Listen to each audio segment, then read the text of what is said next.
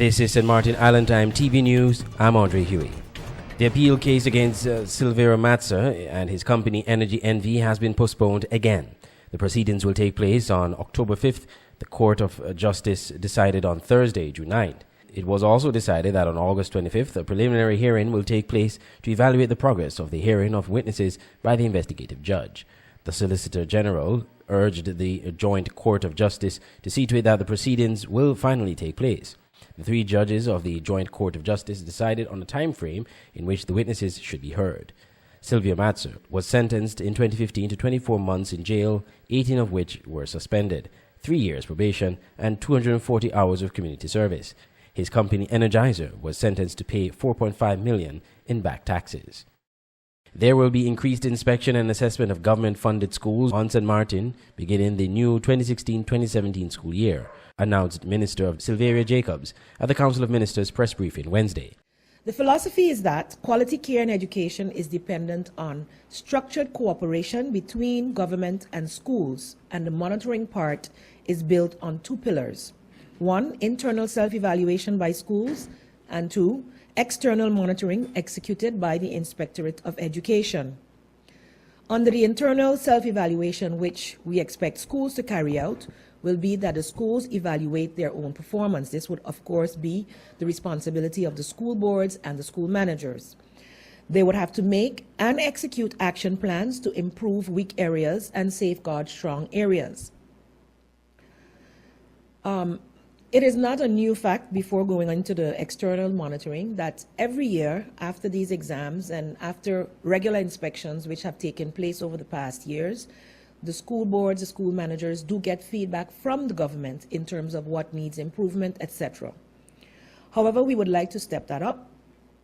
And as such, on the external monitoring executed by the Inspectorate of Education, 3 points will be highlighted: monitoring and enforcing the abidance to laws, monitoring the quality of education, and stimulating a higher performance.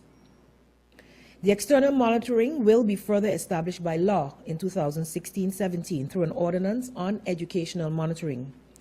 This law will refer to the new framework consisting of 7 inspection cards.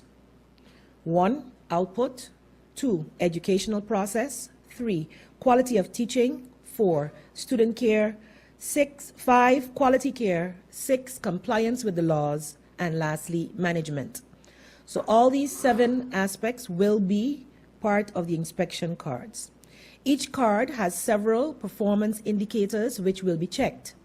Schools can be scored either poor, insufficient, sufficient, or good on these performance indicators, resulting in a final score per inspection card. The air conditioning unit, which was located on the roof of the St. Peter's Pharmacy, burst into flames on Wednesday.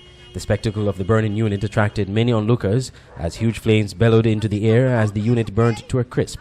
The island has been faced with many power outages lately, and it is suspected that the unit malfunctioned and burst into flames due to the irregular power supply. Stoplights and many intersections have been malfunctioning due to the erratic power supply, a situation that has left the drivers to fend for themselves in the hustle and bustle of the traffic. Wednesday's fire is said to be under investigation. Prime Minister William Marlin has reiterated calls for residents and citizens to be prepared ahead of this year's hurricane season. I want to let the public know that the United States National Oceanic Atmospheric Administration, the NOAA, Climate Prediction Center, says that there is a 70% likelihood of 10 to 16 named storms, making it most likely a near normal hurricane season this year. 4 to 8 of these storms could become hurricanes, including 1 to 4 major hurricanes of category 3, 4, or 5, with wind speeds of 111 miles per hour or even higher. So I'm taking this opportunity to remind the St. Martin public to make the necessary preparations for the hurricane season. Advance planning by making sure hurricane shutters and windows can close properly. checking your roof means that you have less to do when the hurricane is knocking at your door. We do hope that this will not be the case. Therefore, we need to be prepared. One of the other things that people need to do is to trim trees around your property and get rid of unnecessary loose items in and around your yard that could become a hazard to your own home, but also that of your neighbors.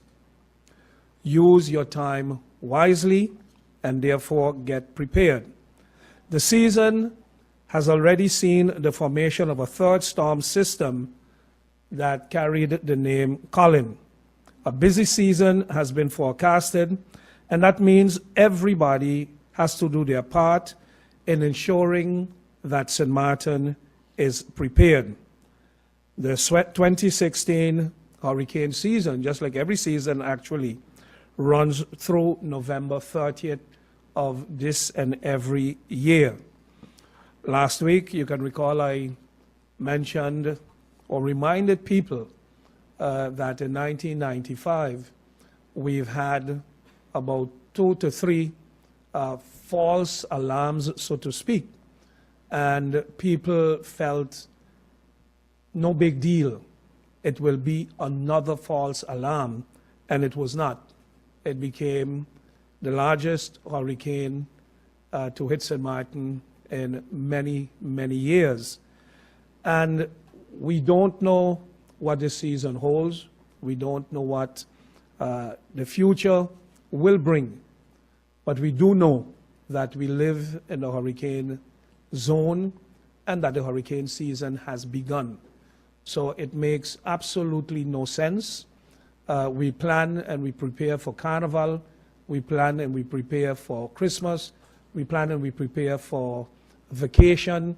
But the hurricane season, just like we refuse to plan and prepare for death, we refuse, some of us, to plan and prepare for a hurricane. Minister of Education Sylvia Jacobs has slammed the Today newspaper for publishing a front-page story of a St. Martin student in Tallahassee who committed infractions, suggesting that the story may have been a deliberate attempt at highlighting the negatives of a St. Martin student. I would really like, I've been at the podium several times where I've said that youth on St. Martin, youth all over the world, and people in general have done and continue to do things that are wrong. The ministry does not condone any wrongdoing. However, we would like, instead of highlighting the negatives in such a way, that we highlight the positives. Many times I've had to stand at the podium and beg for front page for good news that our youth have been executing. And sometimes we do see it, and other times we don't. The majority of students abroad are doing very, very well. The majority of students on St. Martin are doing well, and they move on to next levels and improve. Of course, based on some of the results I even mentioned earlier, we would like to see them doing better. But what was coming out of those meetings we held in the United States with our colleges is that our students are doing very well. The young man in question is not on probation at his school. However, maliciously, the article that was printed in the paper was also sent to the school. Accusations are coming as to the intent of what happened and what didn't happen. Our meetings with Tallahassee Community College were strictly pertaining to MOUs that needed to be revisited and communicated and collaborated on. Discussions need to be had about it. The reports we got from the school were about the students. The gentleman in question went as the head of study financing and not for any other reason. This has been St. Martin ISLANDTIME TV News. I'm Andre Huey. Thank you for watching.